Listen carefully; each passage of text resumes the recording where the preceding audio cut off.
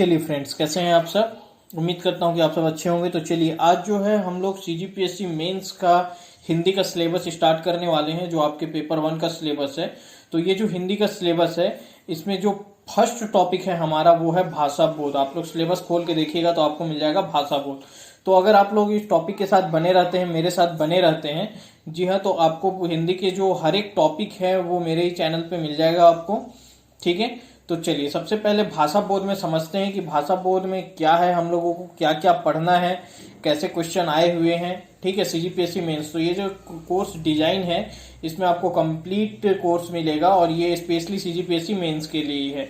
चलिए, तो वीडियो को शुरू करते हैं। ठीक है, सबसे पहले भाषा के स्वरूप या प्रकार। स्वरूप मतलब रूप जो बदलता रहे, उसको स्वरूप बोलते हैं। ठीक है, तो सबसे पहले मैं अगर बात करता हूं कि सबसे बोली से स्टार्ट करता हूं, भाषा के प्रकार में बोली से स्टार्ट करता हूं। ठीक है, तो बोली जब डेवलप हो जाती है तो वो क्या बनती है, साहित्यिक भाषा बनती है। साहित्यिक भाषा से क्या बनता है, राज्य भाषा बनता है। और राज्य भाषा से क्या बनता है, राष्ट्र भाषा बनता है। यहां पर आप देख सकते हैं कि सबसे पहले बोली आती है। ठीक है, बोली से आपका क्या बनता है, बोली से आपका क्या बनता है, साहित्यिक भाषा बनता है। साहित्यिक भाषा से फिर क्या बनेगा, राजभाषा, और राजभाषा से राष्ट्रभाषा। ठीक है, इन सभी को हम लोग समझेंगे 1 बाय 1 करके कि क्या क्या होता है, बोली क्या होता है। जैसे कि सीजीपीएससी प्रीवियस ईयर का क्वेश्चन है कि भाषा और बोली में क्या अंतर होता है, तो ये भी मैं आपको बताऊंगा कि भाषा और बोली में क्या अंतर होता है। आपका समय बचे इसलिए मैंने इन सब चीजों को पहले से लिख लिया है। तो चलिए स्टार्ट करते हैं सबसे पहले बोली से, कि बोली किसे कहते हैं। ठीक है, तो अगर मैं अंतर से सबसे पहले अगर मैं अंतर में जाता हूं, भाषा और बोली के अंतर में, तो आपको स्पष्ट समझ में आ जाएगा कि क्या डिफरेंस होता है, और फिर उसके बाद डेफिनेशन में जाएंगे। सबसे पहले भाषा और बोली में, तो भाषा, जैसे मैं आपको बताना चाहूंगा कि भारत के अंतर्गत जो है वो संविधान से 22 भाषाओं को जो है वो मान्यता है। ठीक है, 22 भाषाएं हैं। और बोली जो है वो गियर्सन के अनुसार 544 बोलियां हैं। ठीक है, यहां पर मैंने लिख दिया है। तो भाषा, जैसे भाषा का मैं एग्जांपल दे दूं आपको, तो भाषा का एग्जांपल में क्या क्या आ जाएगा, भाषा में आपका आ जाएगा मराठी आ जाएगा, हिंदी आ जाएगा, उसके अलावा तमिल आ जाएगा, तेलुगु आ जाएगा। ये सब क्या है, भाषा है। ठीक है, और बोली के अंतर्गत क्या क्या आ जाएगा, जैसे छत्तीसगढ़ी जो है वो हमारी क्या है, बोली है। ठीक है, छत्तीसगढ़ी जो है, यहाँ देख सकते हैं, छत्तीसगढ़ी जो है वो हमारी बोली है। अवधी जो है वो बोली है। ब्रजभाषा जो है वो बोली है। ठीक है, तो ये सब बोली होती है। ठीक है, तो भाषा समझ में आ गया कि 22 भाषाएं हैं और 544 बोलियां हैं, मतलब बोलियों की संख्या ज्यादा है। इसका मतलब क्या होता है कि बोली का क्षेत्र सीमित होता है। ठीक है, बोली का क्षेत्र क्या होता है, सीमित होता है, और भाषा का क्षेत्र क्या होता है, विस्तृत होता है। ठीक है, इसके अलावा फिर मैं भाषा में दूसरा अंतर जैसे देखूंगा, यहां पर से देखिए, एक भाषा के अंतर्गत कई बोलियां हो सकती है। जैसे जो हिंदी भाषा है उसके अंतर्गत हम लोग 18 बोलियां लेते हैं। ठीक है, 18 बोलियां जो है वो हिंदी भाषा के अंतर्गत 18 बोलियां होती है। मतलब एक ही भाषा के अंतर्गत अगर हम लोग क्षेत्र चेंज करते जाएं तो वहां पर बोलियां जो है वो थोड़ी थोड़ी चेंज होती जाती है। ठीक है, तो वो बोलियां बन जाती है। ठीक है, जैसे अवधी, ब्रजभाषा, छत्तीसगढ़ी, ये सब क्या है, बोलियां हैं, जो कि किसके अंतर्गत आती हैं, हिंदी भाषा के अंतर्गत। तो दूसरा जो अंतर है वो क्या है कि एक बोली के अंतर्गत कई भाषाएं नहीं होती। ठीक है, लेकिन एक भाषा के अंतर्गत कई बोलियां होती हैं। ठीक है, समझ रहे हैं आप। ठीक है, इसके अलावा तीसरा जो अंतर है, दो भाषाओं के बीच पारस्परिक बोधगम्यता नहीं होती, जैसे हिंदी और तमिल। जैसे बोधगम्यता का मतलब क्या है, जैसे आप मान लीजिए हिंदी जानते हैं तो आप तमिल जानें ये जरूरी नहीं है, तमिल समझें ये जरूरी नहीं है। समझ रहे हैं, ये चीज समझ में आ रहा है कि दो भाषाएं जो होती है उसके बीच में बोधगम्यता नहीं होती है। ठीक है, होना जरूरी नहीं होता, हो भी सकती है। आप अगर दोनों भाषाएं जानते हैं तो बोधगम्यता हो जाएगी, लेकिन अगर आप नहीं जानते हैं तो फिर दोनों भाषाओं के बीच में बोधगम्यता नहीं होगी। मतलब दोनों भाषाओं को हिंदी जानने वाला तमिल नहीं जानेगा, तमिल जानने वाला हिंदी नहीं जानेगा। ठीक है, समझ रहे हैं, इस टाइप की बात है। और उसके अलावा जब मैं बात करता हूं बोली की, तो एक ही भाषा की जैसे दो बोलियां हैं। जैसे मैं बात करूं अगर छत्तीसगढ़ी और अवधी की, ठीक है, छत्तीसगढ़ी की और अवधी की, तो दोनों हिंदी की बोलियां हैं। ठीक है, तो हिंदी की बोलियां हैं, तो जो आदमी छत्तीसगढ़ी जानता है, हिंदी जानता है, वो अवधी भी जानेगा। ठीक है, अवधी को समझेगा, एटलीस्ट समझ तो लेगा ही। तो ये 3 अंतर मैंने आपको बहुत अच्छे से करा दिए, 2 नंबर से 4 नंबर में आएगा, और ये 3-3 अंतर अगर आप लिखते हैं तो आपको पूरे मार्क्स मिल जाएंगे यहाँ पर। ठीक है, तो भाषा और बोली के अंतर्गत एक बार मैं और आपको क्लियर कर देता हूँ कि भाषा जो है वो क्या है, तमिल, तेलुगु, ठीक है। मलयालम, हिंदी, ये सब क्या है, हमारी भाषाएं हैं। भारत के अंतर्गत 22 भाषाएं हैं और बोलियां जो है गियर्सन के अनुसार कितनी है, 544 बोलियां हैं। ठीक है। इसके अलावा मैं बात करता हूं अगर, ठीक है, तो बोधगम्यता वाली बात किया मैंने कि एक भाषा के अंतर्गत जो है वो कई बोलियां आ सकती है, लेकिन एक बोली के अंतर्गत जो है वो कई भाषाएं नहीं आ सकती। ये दूसरा अंतर है। तीसरा अंतर बोधगम्यता वाला है कि जो आदमी एक भाषा जानता हो वो दूसरा भाषा भी जाने, ये जरूरी नहीं है। दूसरे भाषा को समझे, ये जरूरी नहीं है। ठीक है। अब इसके अलावा जब मैं बोली की बात करता हूं तो अगर हिंदी भाषा में ही 2 बोलियां हैं तो वो अगर एक बोली को जानता है तो दूसरी बोली को भी समझ जाएगा। ठीक है, क्योंकि वो आप थोड़ा सा रिलेटेड होते हैं, बोधगम्य होते हैं आपस में। ठीक है। चलिए, तो बोली का प्रॉपर डेफिनेशन देख लेते हैं। हम एक एक करके देखेंगे अभी। बोली क्या होती है, साहित्यिक भाषा क्या होती है, राजभाषा क्या होती है और राष्ट्रभाषा क्या होती है, ये सबको हम एक एक करके समझेंगे। तो ये इंपॉर्टेंट लेक्चर होने वाला है। और मैं आपको बता दूं कि सीजीपीएससी में हिंदी के जितने भी आपको वीडियो चाहिए वो सारे वीडियो यहीं पे मिल जाएंगे, इसी चैनल पे मिल जाएंगे। तो आप बिल्कुल बेफिक्र रहिए और एक एक करके वीडियो देखते जाइए। ठीक है। और रिस्पॉन्स दीजिए, आपको वीडियो कैसा लग रहा है। ठीक है। चलिए, तो बोली के बारे में देखते हैं कि बोली क्या है। जिस भाषा के स्वरूप के जन्म का अता पता ना चले बल्कि सामान्य जनता अपनी सहूलियत के लिए इसे स्वयं गढ़ लेती है, बोली कहलाती है। ठीक है। मतलब ये जो बोली है वो अपने आप डेवलप हो जाती है कई रीजन में, इसका कुछ अता पता नहीं चलता है। ठीक है। और गियर्सन के अनुसार कुल बोलियों की संख्या 544 है। बोलियां छत्तीसगढ़ी, ब्रजभाषा, भोजपुरी, ये सब क्या है, बोलियां हैं। ठीक है। तो ये बोली समझ में आ गया। चलिए, अब हम लोग आगे बढ़ते हैं। अब साहित्यिक भाषा क्या होती है। जैसे मैं आपको वहां पर बताया कि बोली जो डेवलप होता है, जब बोली थोड़ा सा डेवलप हो जाता है, विकसित हो जाता है, तो वो क्या बन जाता है, साहित्यिक भाषा बन जाता है। जब उसमें व्याकरण आ जाता है, जब उसमें साहित्य लिखा जाने लगता है, तो वो क्या बन जाती है, साहित्यिक भाषा बन जाती है। समझ रहे हैं। ठीक है। तो अब हम लोग इसको आगे देखते हैं। इसकी जो डेफिनेशन है वो क्या है। इसे व्याकरणिक भाषा, मानक भाषा, सुधरी भाषा के नाम से भी जाना जाता है। ठीक है। तो 3 नाम है इसके, व्याकरणिक भाषा, मानक भाषा, सुधरी भाषा। सुगरी भाषा भी कई बार बोलते हैं इसको, सुधरी और सुगरी दोनों बोलते हैं। ठीक है। जिस भाषा का स्वरूप बोली से विकसित होकर अपने आप को व्याकरण सम्मत बना ली हो तो ऐसी भाषा को साहित्यिक भाषा कहते हैं। ठीक है। साहित्यिक भाषा का एग्जाम्पल जो है वो ब्रज भाषा, अवधी, खड़ी बोली। ठीक है। आप वीडियो को पॉज करके आराम से इन सब चीजों को नोट कर सकते हैं। ठीक है। चलिए, अब आते हैं राजभाषा के ऊपर। तो राजभाषा और राष्ट्रभाषा, इन दोनों में पहले मैं आपको अंतर बता देता हूं और उसके बाद फिर डेफिनेशन में आएंगे। ठीक है। राजभाषा क्या होती है और राष्ट्रभाषा क्या होती है। ठीक है।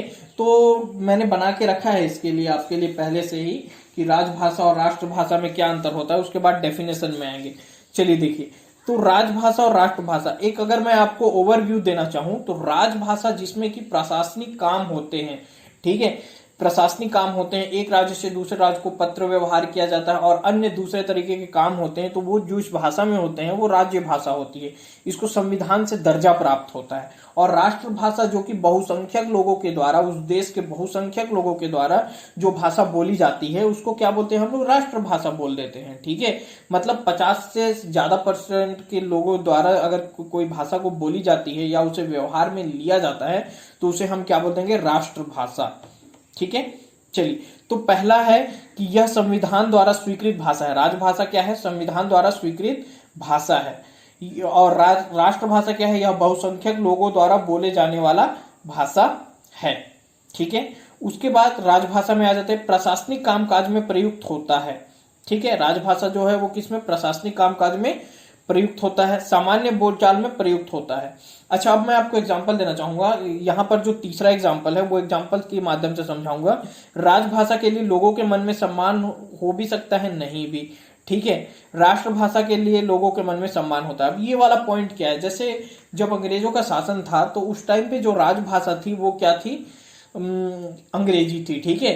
तो उसके लिए लोगों के मन में सम्मान नहीं था। लेकिन उस टाइम पे राष्ट्रभाषा क्या थी, लोगों के द्वारा बोले जाने वाली भाषा क्या थी, हिंदी थी। ठीक है। तो जो राजभाषा थी वो उस टाइम पे अंग्रेजी थी और राष्ट्रभाषा क्या थी, हिंदी थी। तो राजभाषा के लिए उस टाइम पे लोगों के मन में सम्मान जो था वो नहीं था। ठीक है। समझ रहे हैं। तो अभी के बारे में अगर मैं बात करूं तो अभी जो है हिंदी हमारी राजभाषा है और दूसरी केंद्रीय स्तर पर जो राजभाषा है वो अंग्रेजी है। ठीक है, तो हिंदी और अंग्रेजी को राजभाषा के रूप में आप ले सकते हैं। ठीक है, और राष्ट्रभाषा क्या है हमारी, हिंदी है। ठीक है, इतना समझ में आ गया। चलिए, तो अब प्रॉपर डेफिनेशन के ऊपर पहुंचते हैं हम लोग। ठीक है, परिभाषा के ऊपर पहुंचते हैं, राजभाषा और राष्ट्रभाषा।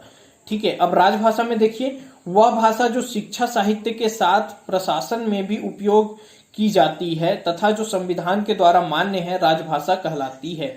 ठीक है, आप वीडियो को पॉज करके बिल्कुल नोट्स बना सकते हैं। ठीक है, एक राज्य से दूसरे राज्य का पत्र व्यवहार आदि इसी भाषा में किया जाता है। ठीक है, हिंदी तथा अंग्रेजी राज्य भाषा है। हिंदी को अनुसूची 8, ठीक है, हिंदी को अनुसूची 8 के भाग 17 अनुच्छेद 343 में राज्य भाषा का दर्जा प्राप्त है। ठीक है, चलिए अब राष्ट्रभाषा में आते हैं। वह भाषा जो किसी देश के बहुसंख्यक द्वारा बोली जाती है या व्यवहार में लाई जाती है, राष्ट्रभाषा कहलाती है। खड़ी बोली हिंदी हमारी राष्ट्रभाषा है। चलिए, अब इसके बाद कुछ इंपॉर्टेंट पॉइंट हम लोग देखेंगे। ठीक है, राजभाषा और राष्ट्रभाषा। अच्छा, एक राज्य भाषा भी होता है। ठीक है, राजभाषा और एक राज्य भाषा। तो राज्य भाषा क्या होता है, जो एक पर्टिकुलर राज्य जो होता है वो अपने रीजन के अंतर्गत जो भाषा उपयोग करता है उसे राज्य भाषा कह देते हैं। ठीक है, पर राज्य भाषा और राजभाषा दोनों अंतर है। ठीक है, चलिए अगला जो इंपॉर्टेंट पॉइंट है हिंदी के, अभी हम लोग ओवरव्यू पढ़ रहे हैं। ठीक है, इसके बाद में हम लोग हिंदी का हर एक टॉपिक करेंगे, अच्छे से करेंगे। ठीक है, चलिए तो राजभाषा में आ जाते हैं। राजभाषा संशोधन अधिनियम 1963 में हिंदी को राजभाषा का दर्जा दिया गया है। ठीक है, जो राजभाषा संशोधन अधिनियम, सबसे पहले मैं अगर इसका हिस्ट्री आपके सामने लेके आऊं तो इसकी जो हिस्ट्री है वो चालू होती है आपकी 14 सितंबर 1949 से। ठीक है, संविधान सभा ने 14 सितंबर 1949 को हिंदी को संघ की राज्य भाषा के रूप में स्वीकार किया।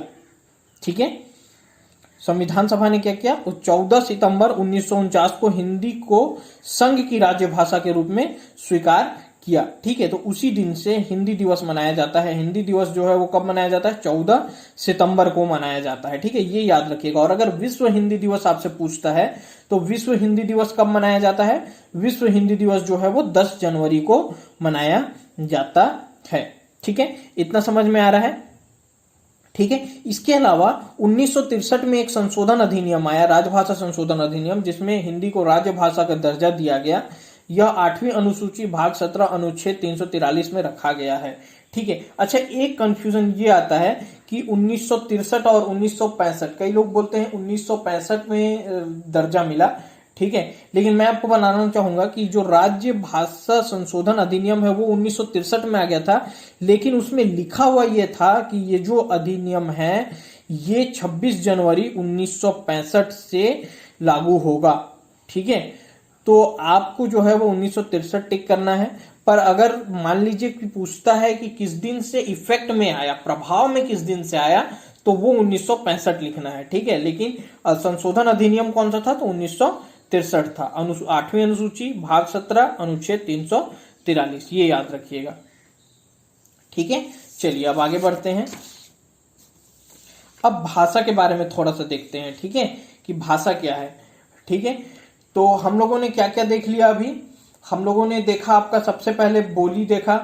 ठीक है, बोली के बाद में साहित्यिक भाषा देखा, साहित्यिक भाषा के बाद में राजभाषा देखा, राजभाषा के बाद में राष्ट्रभाषा देखा, अंतर देखा, भाषा और बोली में अंतर देखा, राजभाषा और राष्ट्रभाषा में अंतर देखा। अब भाषा के अंतर्गत आते हैं और इससे जो इंपॉर्टेंट क्वेश्चन बनते हैं वो क्या बनते हैं वो मैं बताता हूं आपको। तो भाषा के बारे में सबसे पहले, यह भाष धातु से बना है। इसका उद्देश्य है अपने विचारों का आदान प्रदान करना।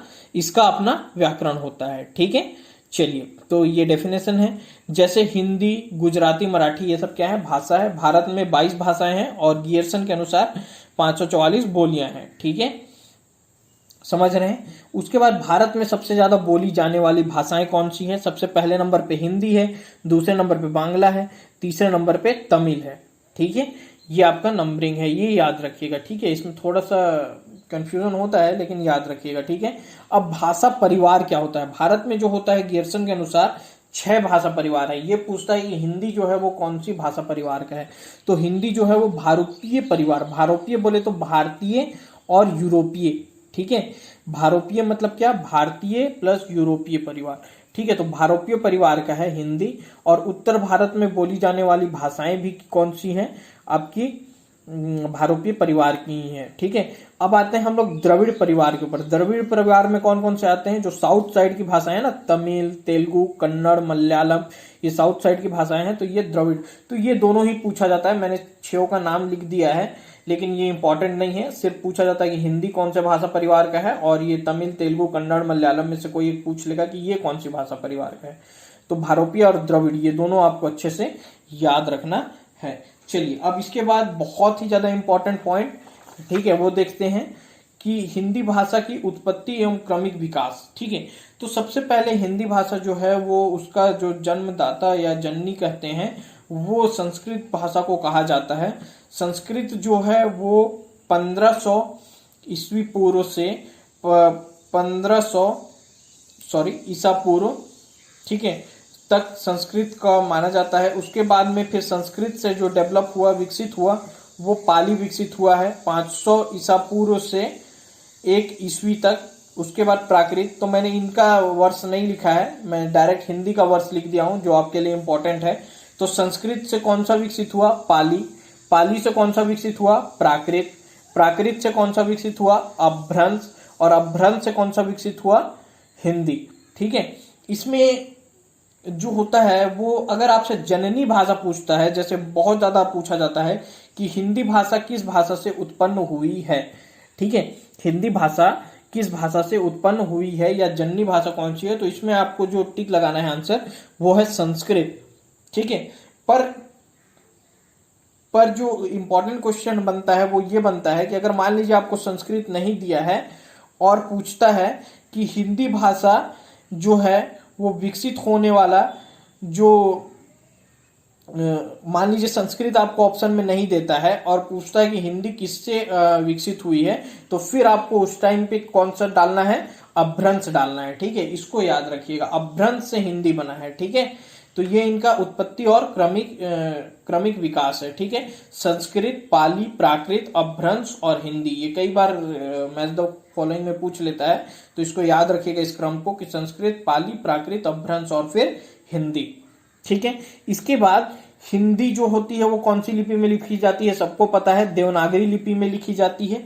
ठीक है, हिंदी जो है वो कौन सी लिपि में लिखी जाती है, देवनागरी लिपि में लिखी जाती है। अब देवनागरी लिपि का भी विकास क्रम है, ब्राह्मी लिपि, गुप्त लिपि, नागरी लिपि, फिर देवनागरी लिपि। तो दोनों का याद रखिएगा, ब्राह्मी, गुप्त, नागरी और देवनागरी। ठीक है, समझ रहे हैं।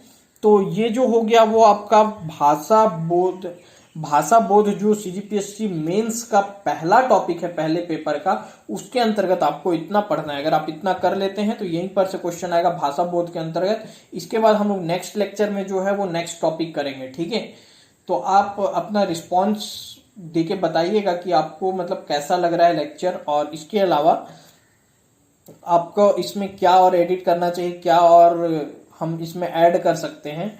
ठीक है, ये सारी चीजों का सुझाव आप दे सकते हैं। ठीक है, चलिए तो मिलते हैं नेक्स्ट लेक्चर में।